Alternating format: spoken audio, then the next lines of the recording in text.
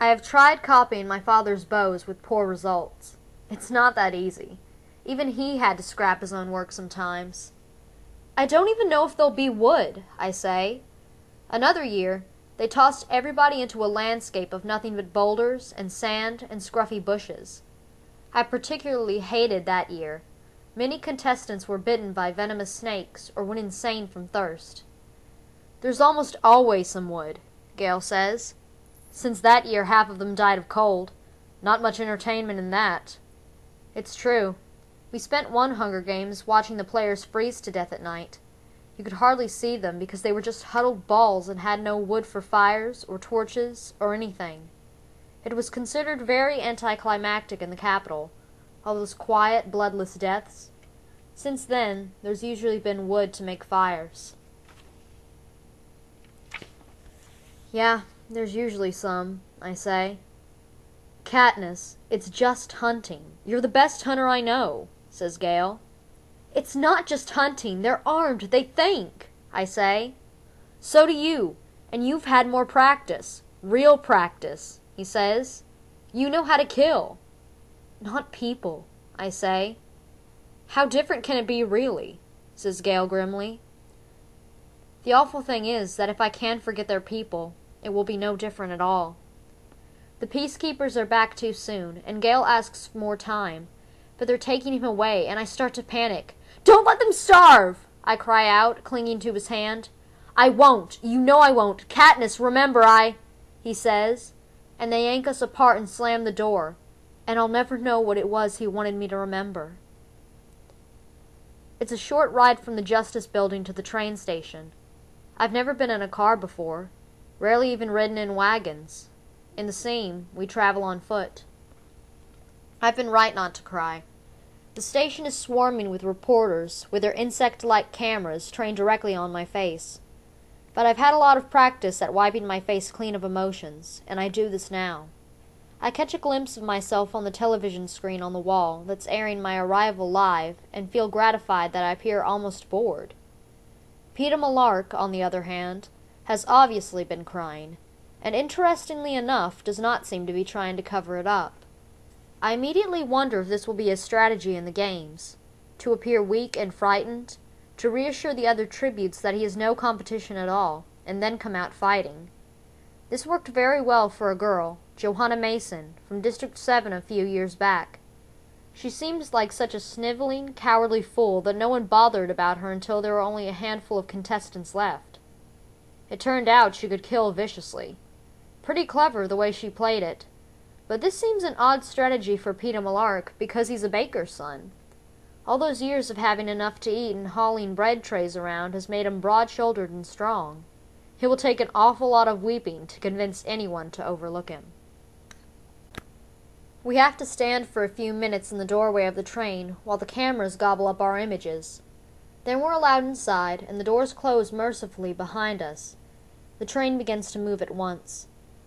The speed initially takes my breath away. Of course, I've never been on a train, as travel between the districts is forbidden except for officially sanctioned duties. For us, that's mainly transporting coal, but this is no ordinary coal train. It's one of the high-speed capital models that average 250 miles per hour. Our journey to the capital will take less than a day. In school, they tell us the capital was built in a place once called the Rockies. District 12 was in a region known as Appalachia. Even hundreds of years ago, they mined coal here. This is why our miners have to dig so deep. Somehow, it all comes back to coal at school. Besides basic reading and math, most of our instruction is coal-related, except for the weekly lecture on the history of Panem. It's mostly a lot of blather about what we owe the capital. I know there must be more that they're telling us than an actual account of what happened during the rebellion, but I don't spend much time thinking about it. Whatever the truth is, I don't see how it will help me get food on the table. The tribute train is fancier than even the room in the Justice Building. We are each given our own chambers that have a bed, a dressing area, and a private bathroom with hot and cold running water. We don't have hot water at home, unless we boil it. There are drawers filled with fine clothes, and Effie Trinket tells me to do anything I want, wear anything I want. Everything is at my disposal. Just be ready for supper in an hour. I peel off my mother's blue dress and take a hot shower. I've never had a shower before. It's like being in a summer rain, only warmer. I dress in a dark green shirt and pants. At the last minute, I remember Madge's little gold pin. For the first time, I get a good look at it. It's as if someone fashioned a small golden bird and then attached a ring around it. The bird is connected to the ring only by its wingtips. I suddenly recognize it. A mockingjay. They're funny birds, and something of a slap in the face to the Capitol. During the rebellion, the Capitol bred a series of genetically altered animals as weapons. The common term for them was mutations, or sometimes mutts for short. One was a special bird called a jabberjay that had the ability to memorize and repeat whole human conversations. They were homing birds, exclusively male, that were released into regions that the Capitol's enemies were known to be hiding. After the birds gathered words, they'd fly back to the centers to be reported.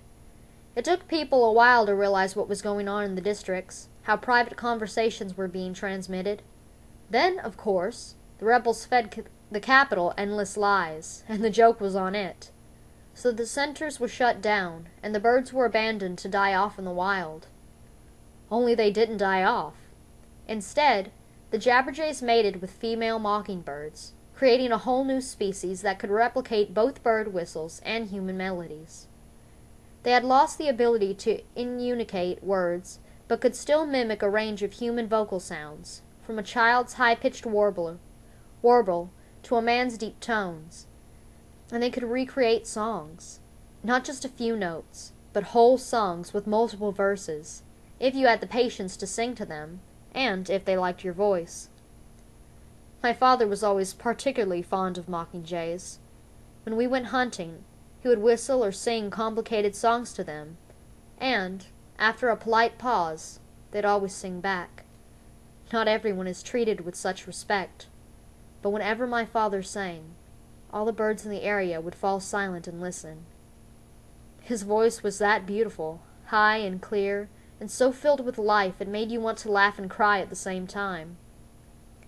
I could never bring myself to continue the practice after he was gone. Still, there's something comforting about the little bird. It's like having a piece of my father with me, protecting me. I fastened the pin onto my shirt, and with the dark green fabric as a background, I can almost imagine the mockingjay flying through the trees. Effie Trinket comes to collect me for supper. I follow her through the narrow, rocking corridor into a dining room with polished paneled walls. There's a table where all the dishes are highly breakable. Peter Millark sits waiting for us. The chair next to him is empty. "Where's Hamish?" asks Effie Trinket brightly. "Last time I saw him, he said he was going to take a nap," says Peter. "Well, it's been an exhausting day," says Effie Trinket. I think she was relieved by Hamish's absence, and who can blame her? The supper comes in courses: a thick carrot soup, green salad, lamb chops and mashed potatoes, cheese and fruit, a chocolate cake. Throughout the meal, Effie Trinket keeps reminding us to save space, because there's more to come. But I'm stuffing myself because I've never had food like this, so good and so much, and because probably the best thing I can do between now and the games is to put on a few pounds.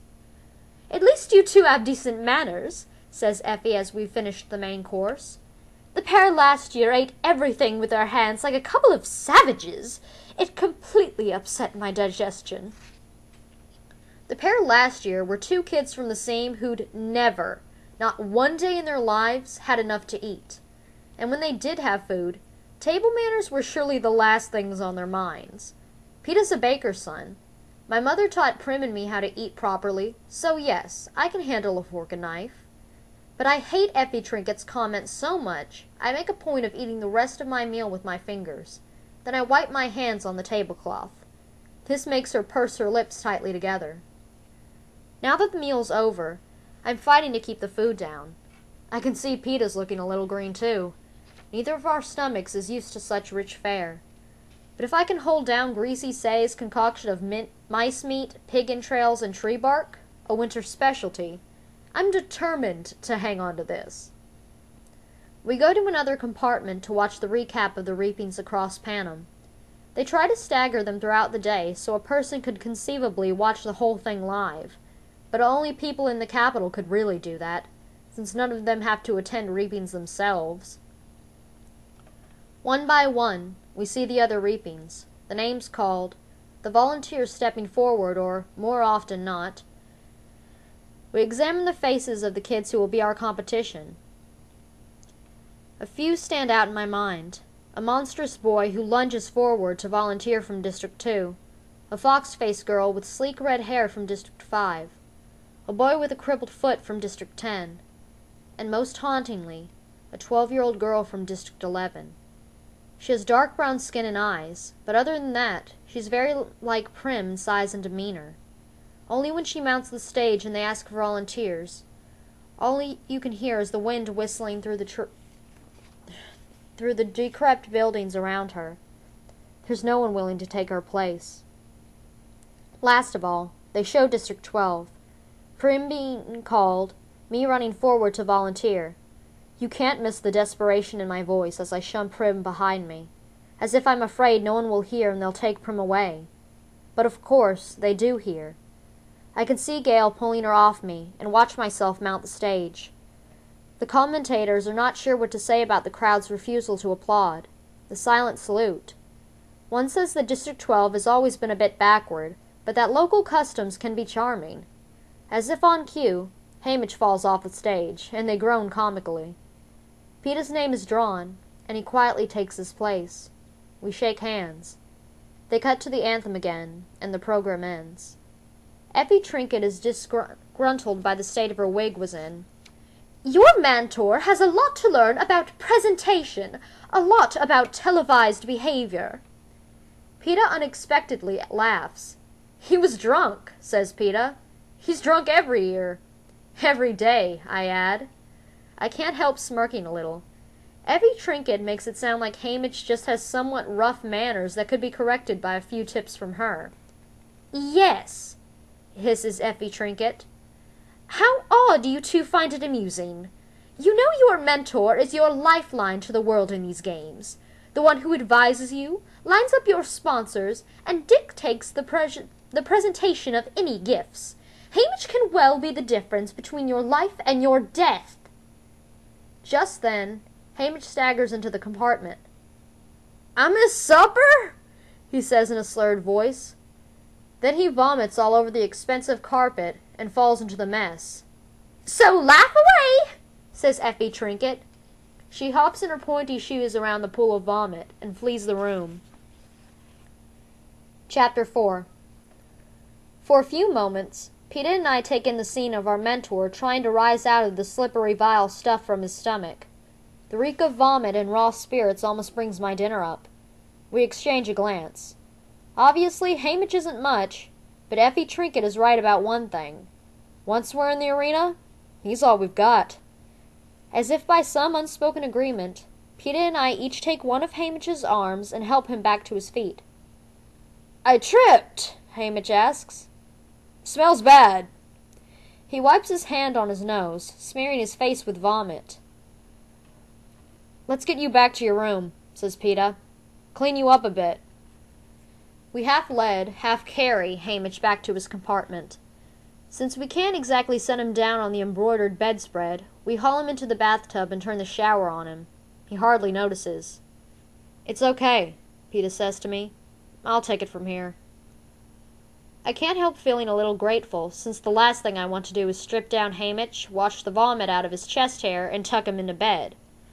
Possibly Peeta is trying to make a good impression on him, to be his favorite once the games begin. But judging by the state he's in, Hamish will have no memory of this tomorrow. All right, I say. I can send one of the capital people to help you. There's any number on the train. Cooking for us, waiting on us, guarding us, taking care of us is their job.